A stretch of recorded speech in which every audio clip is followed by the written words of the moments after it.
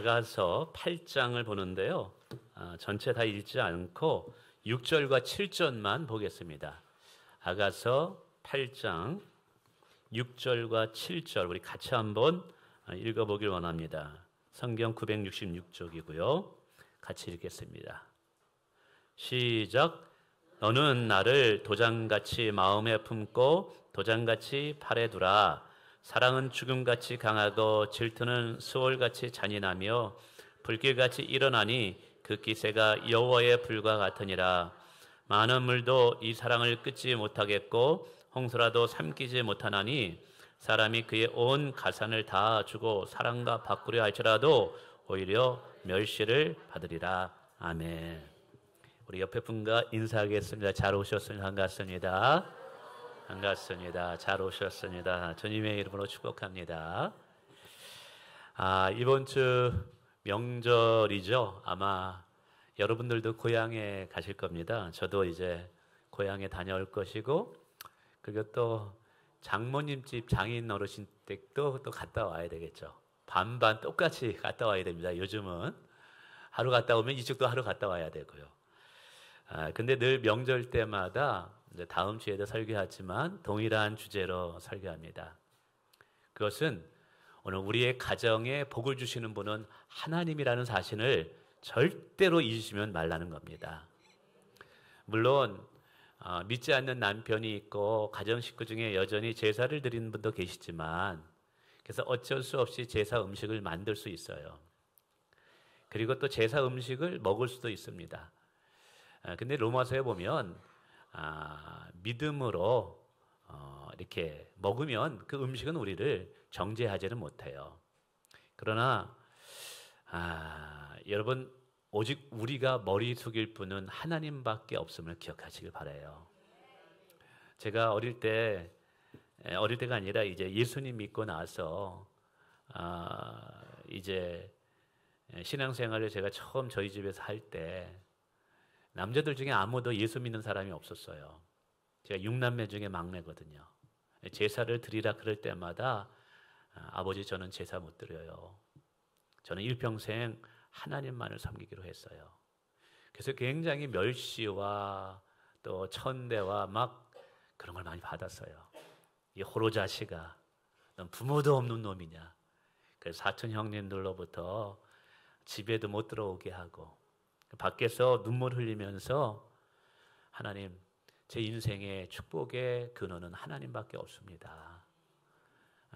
끝까지 믿음으로 정말 하나님을 섬겼을 때 아버지도 전도되고 형님도 전도되고 형수님도 전도되고, 그리고 이제 다 예수 믿는 마을들로 변화되게 되었습니다. 그렇습니다. 오늘 우리 가정에 복을 주시는 분이 절대 하나님을 잊으시지 않기를 원합니다. 자, 오늘은 아가서 8장 마지막을 살펴봅니다. 온전한 성숙함으로라는 것인데요. 이 아가서를 통해서 우리가 은혜를 받았습니다. 술람미 여인, 보잘것없는 흠 많은 여인이죠. 시골에서 이름도 없이 농사를 짓던 한 여인. 그의 얼굴은 그을려서 까맣고 그의 피부는 거칠고 어느 누구도 거들떠보지 않았던 여인입니다. 근데 이상하게도 솔로몬 왕이 그 여인에게 꽂혀버렸어요. 그래서 이 여인을 얼마나 사랑하는지 구애를 합니다. 이 여인은 나는 왕에게 사랑받을 자가 아닌데 왜 이렇게 나를 사랑하는가? 왕의 사랑을 이제 받아들이게 되죠.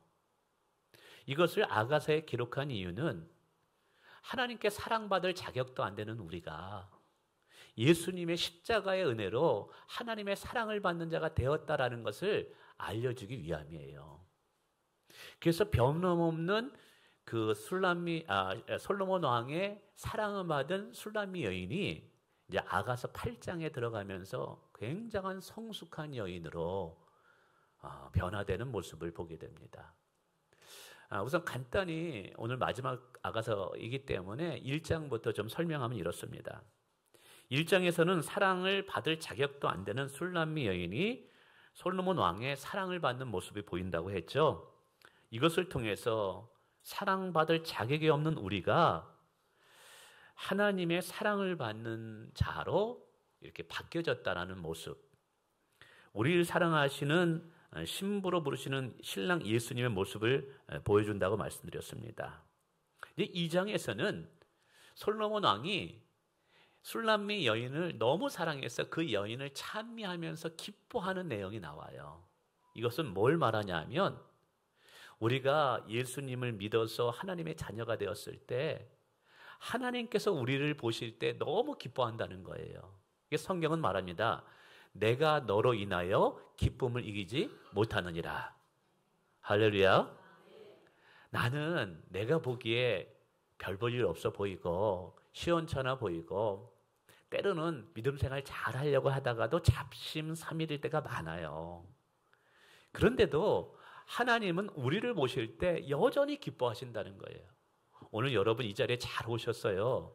여러분 보실 때 하나님은 기쁨을 이기지 못한다는 거예요. 아, 목사님 내가 한 것도 없는데요. 여러분 우리 가정에 아이가 태어났어요. 할아버지가 손주를 볼 때 손주가 할아버지를 위해서 돈을 벌어옵니까? 용돈을 드립니까? 아무것도 하는 것이 없어요. 근데 할아버지는 손자만 바라보면 너무 기쁜 거예요. 오늘 우리를 바라보는 하나님의 관점이 이렇다라는 거예요. 우리 존재 그 자체가 하나님에게는 큰 기쁨이 된다라는 것을 2장에서 가르쳐 줬어요. 이제 3장에서는 솔로몬 왕이 드디어 술람미 여인에게 청혼을 합니다. 그리고 결혼식을 준비하기 위해서 가장 아름답고 가장 멋지게 결혼식을 준비하죠. 이것은 뭘 말하냐면 오늘 우리가 이 땅에서 최선을 다해서 충성스럽게 살 때 우리가 마침내 천국에 들어가면 신랑 되신 예수님과 혼인 예식을 하게 될 거예요. 그래서 마태복음 마지막 장에 보면 오늘 우리가 천국 가서 주님을 맞이하는 모습을 천국 잔치라고 말해요. 그 잔치에서 신랑은 예수님이 될 것이고 신부는 저와 여러분이 될 거예요. 솔로몬 왕이 신부를 위해서 최고의 아름다운 혼인 예식을 준비한 것처럼 주님을 만나는 그 천국의 그날에 예수님께서는 우리에게 놀라운 영광의 면류관을 준비해 주신다라는 거예요. 그래서 오늘 우리의 인생은 개봉박두예요. 우리의 인생은 지금보다 내일이 더 나아질 수 있는 줄 믿으시길 바랍니다. 자, 그러면서 이제 4장에서는 그러면 신부는 어떻게 살아야 되느냐 이 이야기를 하고 있어요. 오늘 저와 여러분은 예수님의 신부입니다. 할렐루야. 그러면 이 신부는 어떻게 살아야 될까요? 신랑을 기다려야 돼요. 그리고 신부는 신랑 앞에 부끄럽지 않기 위해서 늘 거룩하고 정결한 모습으로 살아야 돼요. 여러분 이것이 그리스도인의 삶의 모습이라는 거예요. 여러분 우리가 신앙생활할 때 우리가 올바르고 의롭게 살아야 됩니다. 윤리적으로 올바라야 됩니다. 근데 윤리적으로 올바른 것이 곧 신앙생활은 아니에요. 믿지 않는 사람 중에서도 올바르고 윤리적으로 살려는 사람 많습니다. 근데 오늘 우리가 왜 올바르고 의로운 삶을 살아야 되냐면 신랑 되시는 예수님이 원하시기 때문에 그래요. 그러니까 신앙은요, 내가 어떠한 삶을 사느냐보다 먼저 중요한 게 예수님과 나와의 사랑의 친밀한 관계가 먼저 성립이 돼야 되는 거예요. 오늘 우리가 정직해야 되는 것도 예수님 때문인 거예요. 우리가 신실하게 살아야 되는 것도 예수님 때문인 거예요. 바로 이것이 오늘 성도의 삶이어야 된다는 것이죠. 근데 이제 5장에 들어가서 이 술람미 여인이 왕의 사랑이 늘 변함이 없으니까 왕이 늘 사랑한다는 말을 해주니까 이게 너무 많이 듣다 보니까 식상해 버렸어요. 그래서 귀차니즘에 빠졌어요. 영적인 권태기에 들어간 거예요. 신랑이 왔는데도 문을 열어주지를 않는 거예요.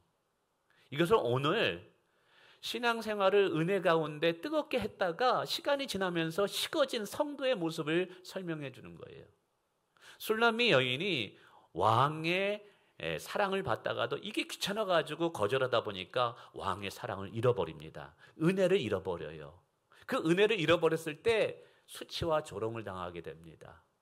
왜냐하면 술람미 여인을 지금까지 왕이 보호해 줬거든요. 그 보호자가 떠나니까 술람미 여인은 수치와 조롱을 당할 수밖에 없었던 거죠. 오늘 이것은 성도들이 은혜를 잃어버렸을 때, 예수님을 향한 첫사랑을 잃어버렸을 때 우리의 삶이 어떻게 되는가를 아주 자세히 설명해 주는 것이죠.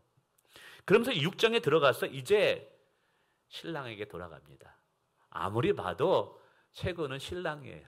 그래서 이제 신랑에게 돌아갔더니 이 신랑은 변함없이 술람미 여인을 반갑게 맞이해 주네요. 눈물의 감격인 거죠. 그리고 나서 이 솔로몬 왕은 술람미 여인을 더 존귀한 자리에 세워져요. 여러분, 이것은 뭘 말하느냐? 우리가 하나님을 떠나면 고생입니다. 예수님의 사랑을 잃어버리면 수치를 당합니다. 빨리 우리는 예수님께 돌아가야 돼요. 성경에서 반복적으로 이야기하는 게 뭐냐면 하나님께 돌아가라는 거예요. 하나님께 돌아가라는 거예요. 하나님께 돌아갈 때 그분은 우리를 책망하지 않아요. 우리를 여전히 사랑하시면서 우리를 가장 존귀한 자리에 세우시는 분이 하나님인 줄 믿습니다. 성도가 사는 길은 하나님께 돌아가는 거예요.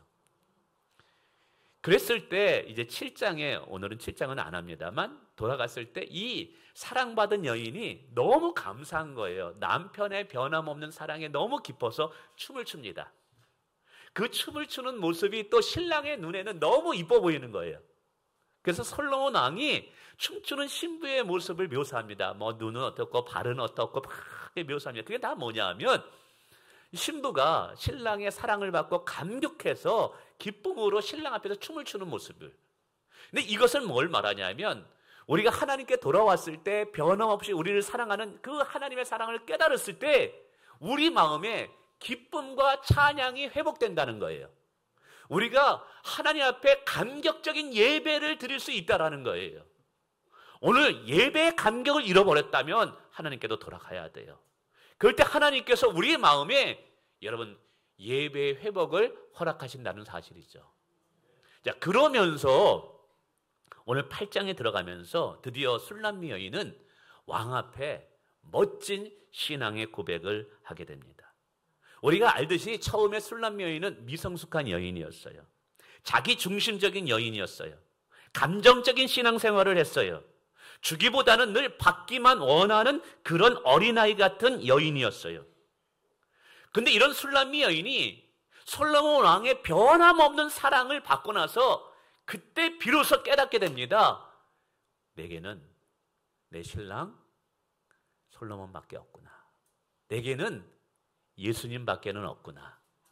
그러면서 그 예수님 앞에 가장 멋진 신앙의 고백을 6절과 7절에서 하게 됩니다. 근데 이 6절과 7절이요, 아가서의 최고의 하이라이트예요. 어떤 사람은 이 아가서의 가장 멋진 고백이 신부에게 나의 사랑하는 자야, 나의 어여쁜 자여 일어나 나와 함께 가자라는 고백이기도 하지만, 근데 이 아가서를 공부하다 보면 아니에요. 오늘 최고의 하이라이트는 우리가 읽은 8장 6절과 7절의 고백이에요.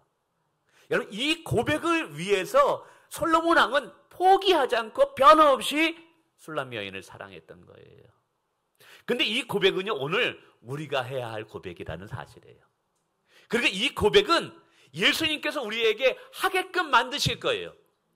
이제 이 고백이 무엇인지를 살펴볼 건데, 이 고백을 지금도 하는 분이 계시지만 어쩌면 초창기의 술람미 여인처럼 어린아이 같은 신앙을 가진 분도 계실 거예요. 여기에 교회 나온 지 얼마 안 되신 분들 계시니까요. 그러나 하나님께서 여러분을 마침내 이 술람미 여인이 했던 고백을 하게 만드실 거예요. 도대체 어떤 고백이길래 이렇게 얘기하느냐? 우리 집중해 주세요. 우리 우선 그러면 6절을 한번 띄워주세요. 6절에서 몇 가지로 나타나는데 우리 6절 한번 같이 읽어볼까요? 시작. 너는 나를 도장같이 마음에 품고 도장같이 팔에 두라. 여기까지요. 이게 술람미 여인이 솔로몬 품에 안기어서 참 이 신랑의 사랑을 마음껏 느꼈을 때 이제 비로소 하는 이제 고백입니다. 너는 나를 도장같이 마음에 두고 도장같이 팔에 두라. 이 말이 뭐냐면 구약 시대에는 부자들은 가슴에 도장을 품고 다녔어요. 그래서 도장을 가지고 다니면서 어떤 시장에 가서 물건을 사면 거기다 도장을 꽉 찍습니다. 인장인 거죠. 그러면서 그때부터 뭘 말하는 거예요? 이것은 이제부터 누구 것이다? 내 것이다라는 거예요.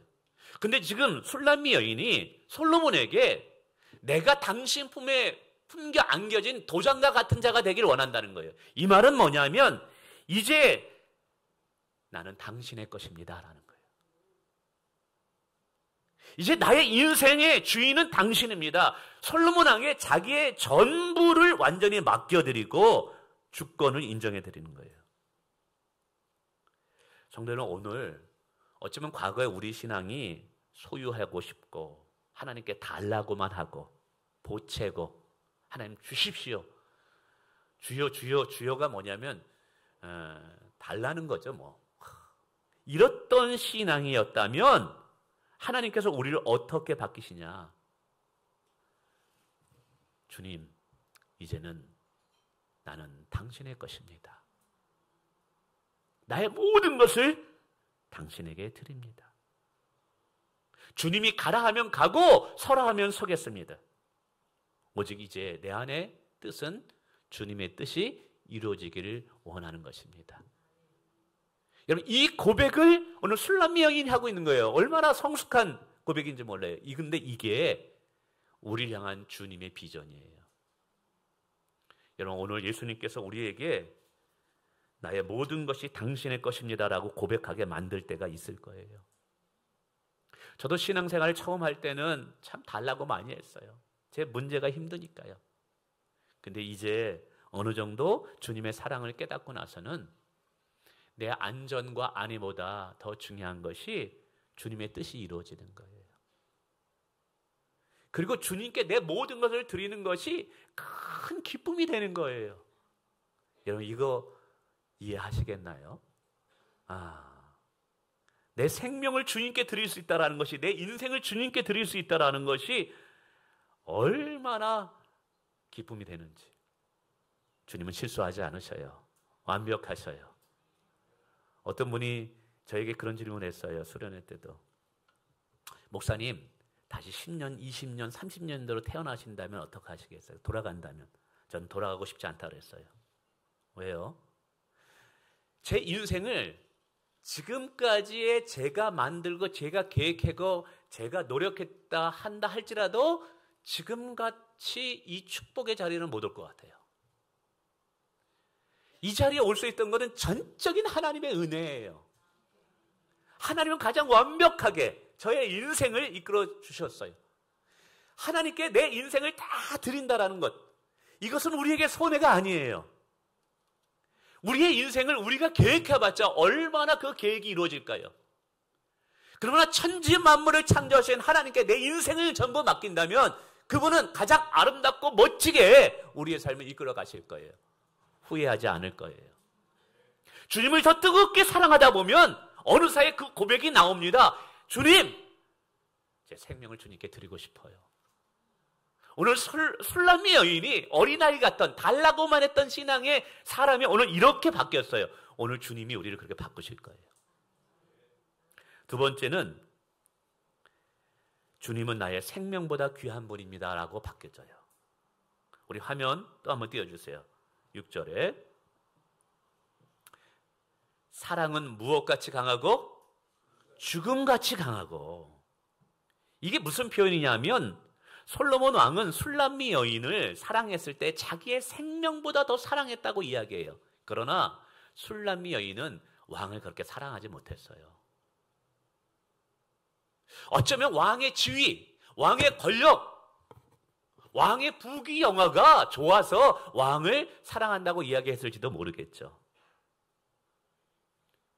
오늘 우리의 신앙이 그럴 수 있어요. 처음 신앙생활할 때. 예수님께서는 우리를 사랑하실 때 자기의 목숨을 버리면서 우리를 사랑하셨어요. 십자가에 자신의 몸을 던지시면서 정말 생명을 바치시면서 오늘 저와 여러분을 사랑하신 거예요. 근데 우리가 주님이 나를 사랑한 것처럼 사랑할 수 있을까요? 어렵죠. 생명을 버리면서 나를 사랑했는데 나도 나의 생명을 버리면서 주님을 사랑할 수 있을까요? 이게 쉽지 않아요. 그런데 하나님의 사랑을 깨닫게 되면, 하나님의 은혜가 내 안에 들어오게 되면, 그리고 영적으로 성장하게 되면 어느 날에서부턴가 그 고백을 우리가 하게 됩니다. 주님은 나의 생명보다 귀한 분이십니다. 내가 목숨을 다해서 주님을 사랑하고 싶습니다. 내 생명을 다 버려서라도 내가 주님을 뜨겁게 사랑하는 자가 되고 싶습니다. 이것이 우리의 비전이 되고 이것이 우리의 가장 소원이 되게 되는 시점이 도달한다는 거예요. 저는 여기 계신 분들 중에도 그런 분들이 있을 거라고 봐요. 주님, 내 생명을 바쳐서라도 주님 사랑하고 싶어요. 그것이 제 비전이고 꿈이에요. 저는 주님 그렇게 사랑하고 싶어요. 제 생명보다 더 소중한 분이 예수님이에요. 제 생명보다 더 소중한 분이 교회예요. 교회만 생각하면 눈물이 나요. 주님의 핏값으로 사신 교회. 내가 주님을 어떻게 더 사랑하는 방법이 뭐지? 그것은 주님의 몸된 교회를 사랑하는 것이 바로 주님을 사랑하는 것이다라는 성령님의 음성을 듣고 난 뒤부터는요, 정말 저는 생명을 버리면서도 주님의 교회를 세우고 싶어요. 교회 가운데 주의 영광을 볼 수는 있다면 나 모든 것을 포기할 수 있다고 하나님께 고백해 드렸어요. 근데요, 저는요, 처음에는 그렇게 하지 않았어요. 달라고만 했지. 힘들면 짜증내고 막 그랬었어요. 근데 하나님이 바꾸시더라고요. 하나님이 바꾸시더라고요. 오늘 여러분을 바꾸실 것입니다. 여러분의 입술을 통해서 내 생명보다 주님이 더 귀합니다라고 바꾸실 거예요. 세 번째는 주를 사랑하는데 방해가 되는 것이 있다면 나 포기할 수 있어요라고 바꿔요. 우리 그 다음 9절 띄워주세요. 이렇게 말합니다. 6절에 질투는 수월같이 잔인하며 불길같이 일어나니 그 기세가 여호와의 불과 같으니라. 이 말은 뭐냐면 질투는 너무 배타적이라는 거예요. 질투는요, 불 같아서 누군가와도 나눌 수 없다는 거예요. 예를 들자면 내가 우리 아내를 뜨겁게 사랑하는데 누가 중간에 개입해서 제 아내를 사랑하는 저는 못 견디는 거예요. 그러니까 사랑하는 대상과 나와의 둘만 있어야지 그 중간에 누가 들어가면 이건 질투가 나는 게 이게 사랑이라는 거예요. 그렇잖아요. 내가 사랑하는 거, 그 사람이 나를 사랑하는데 중간에 누가 끼어들어? 절대 가만히 있을 수 없죠. 오늘 이 술람 양이 이렇게 고백하고 있는 거예요. 이건 뭐냐면 내가 왕을 사랑하는데 세상에 그 어떤 것도 방해가 될 수는 없다라는 거예요. 오늘 이 고백을 바울 사도가 얘기했어요. 내가 주님을 사랑할 수만 있다면 내 목숨을 다해서 사랑하는데 세상의 그 어떤 부귀영화도 세상의 그 어떤 영광의 자리도 주님을 사랑하는데 방해가 된다면 그것은 배설물에 지나지 않습니다 라는 고백이에요. 여러분, 주님을 사랑하는데 방해하는 것들이 있습니까? 여러분, 포기할 수 있는 것이 진짜 주님을 향한 사랑이에요. 주님을 위해서 무엇을 포기했는가? 여러분, 골프 좋아하시는 분들 있죠? 낚시 좋아하시는 분들 있죠? 그런데 예수 믿고 나서 그거 다 끊는 분들이 계시더라고요. 친구들과 만나서 술 먹고 무슨 젊은이들은 나이트클럽 가고 그런데요, 예수님의 은혜와 사랑을 받고 나서 그거 다 끊어버리더라고요. 왜냐하면 예수님을 사랑하는데 방해가 된다면 그것도 내게 의미가 없는 거예요. 여러분, 그렇습니다. 우리가 주님을 사랑하는데 걸림돌이 되는 것은 우리에게 없습니다. 술람이 여인이 고백을 하는 거예요. 이 고백이 얼마나 아름답고 멋지는지. 주님께서 우리를 이와 같은 자로 변화시키기를 원합니다. 세상의 영광된 자리, 세상의 부귀영화를 누리는 자리, 그러나 그것이 주님을 사랑하는 데 방해가 된다면 주님, 저 버릴 수 있어요. 주님, 저 포기할 수 있어요. 제가 아는 친구 중에는 서울대를 나왔고요. 좋은 직장을 가질 수 있었습니다. 근데 주님을 더 사랑하기 위해서 신학교로 들어온 분도 만났습니다. 우리 황정환 선교사님도 연세대학교 영문과 수석 졸업자예요. 최고 기업에서 스카우트가 왔지만 그러나 그것들을 주님을 사랑하기 위해서, 그렇다고 여러분이 다 뭐 선교사가 되라 목사가 되라는 말이 아니에요. 여러분의 위치에서 주님을 더 뜨겁게 사랑하는 자가 되기를 원한다는 거예요. 근데 만약에 주님을 사랑하는데 그 무언가 세상적인 것들이 방해한다면 여러분 어떻게 하시겠어요? 오늘 술람미연처럼 주님, 내가 그것을 내려놓고 포기할 수 있습니다 라는 고백이 우리 가운데 있기를 원합니다. 이번에 여름 수련회 때 오늘 권사님이 고민을 했어요. 갈까 말까. 그래서 뭐 때문에 고민한가 했더니 수련회 가는 날 대통령으로부터 초대를 받았더라고요. 이게 대통령이 초대한 자리에 갈 것이냐, 수련회 갈 것이냐 고민이 많으셨어요. 근데 전화가 왔어요. 목사님, 저 갈게요. 대통령이 초대하는 자리보다 은혜 받는 자리가 귀한 거예요. 대통령이 초대하는 그 영광스러운 자리보다 내가 사랑하는 주님이 계신 자리가 더 귀한 거예요. 이게 신앙인 거예요. 이게 우리의 모습이어야 되는 거예요. 여러분, 언제나 신앙은 우리에게 결단을 하게 합니다. 마귀는 계속해서 우리에게 세상의 영광된 자리, 그거를 우리에게 선택하라고 이야기합니다. 예수님께서 40일 금식했을 때 뭐라 그래요? 자, 낭떠러게 보면서 떨어지라. 그러면 순종하면 내가 이 땅의 모든 영광을 주겠다고 이야기합니다. 마귀는 그래요. 예수님 뭐라 그래요? 하나님을 더 사랑하라고 얘기하잖아요. 성도 여러분, 이것이 예수님이 우리의 입술을 통해서 나오길 원하는 예수님의 비전이에요. 우리를 향한 예수님의 비전이에요. 오늘도 여러분 중에는 분명히 교회에 나오기 위해서 장사 포기하신 분들 계실 거예요. 그죠? 오늘 이 자리에 나오기 위해서 세상적으로 이익을 얻을 수 있는 자리 분명히 포기한 분은 있을 거예요. 그게 신앙인 거예요. 그게 믿음인 거예요. 내가 버릴 수 있는 것만큼 주님을 붙잡을 수 있기 때문인 줄 믿으시길 바랍니다. 뿐만 아니라 이제 세상의 그 어떤 위협도 주를 향한 나의 사랑을 멈출 수 없다라고 고백하게 돼요. 우리 그 다음 7절 다 띄워주세요. 한번 읽어볼까요? 시작.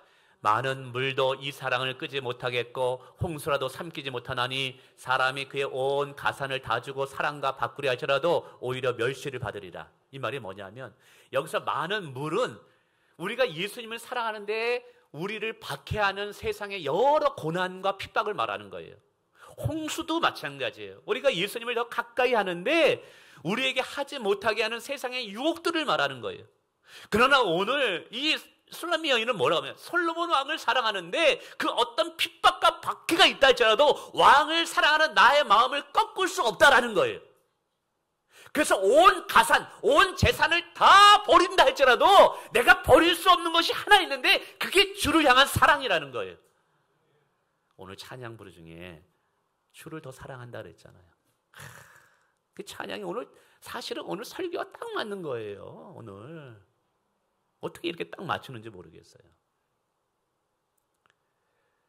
우리가 주님을 위해서 핍박을 받으면서도 박해를 받으면서도 나 주님 사랑해요.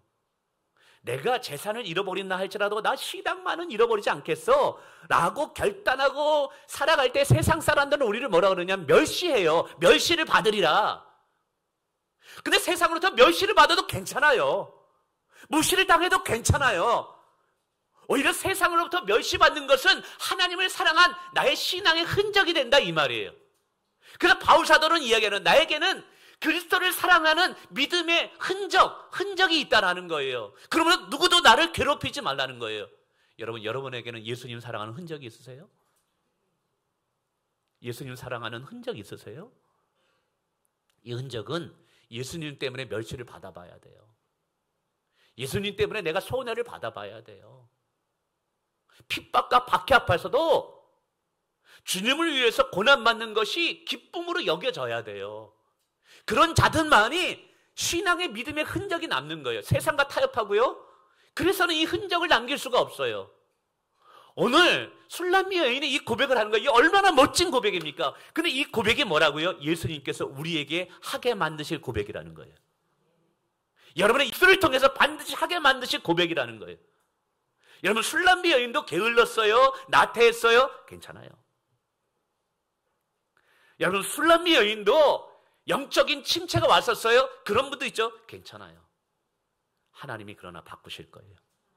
하나님이 여러분을 변화시킬 거예요. 그래서 여러분의 입술을 통해서 고백하게 만들 거예요.